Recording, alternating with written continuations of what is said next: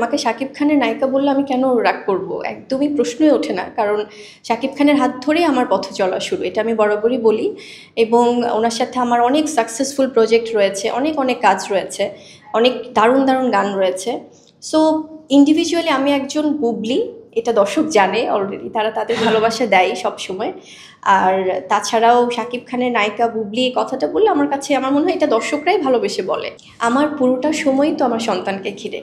কারণ আমার যখন কাজের ব্যস্ততা থাকে তখন তো কাজটা আসলে করতেই হয়, যেহেতু এটা আমার একটা জবের মতো। মনে হচ্ছে যে অফিসে আসছি, আবার অফিস থেকে তাড়াতাড়ি কাজ শেষ করে বাসায় চলে যাচ্ছি। তো তাছাড়া আমার পুরো সময় আমার কাছে ফার্স্ট প্রায়োরিটি হচ্ছে আমার সন্তান শেহজাদ খান বীর। ওর সব কিছু ঠিকঠাক রেখে ওর প্রপারলি ও ঠিক আছে কিনা, ওর সব কিছু নিডস ফুলফিল হচ্ছে কিনা, সেটার পরেই আমি কাজটাতে সময় দিই। আমি না আসলে পার্সোনালি আমি এটা বলবো যে আমি ফিল্ম ইন্ডাস্ট্রির বিষয়ে আমার কাছে মনে হয় কি 90s এই সময়টা যদি আমি জন্মগ্রহণ করে আছে না, ওই সময়টাতে যদি আমি আজকের এই চিত্রনায়িকা থাকতে পারতাম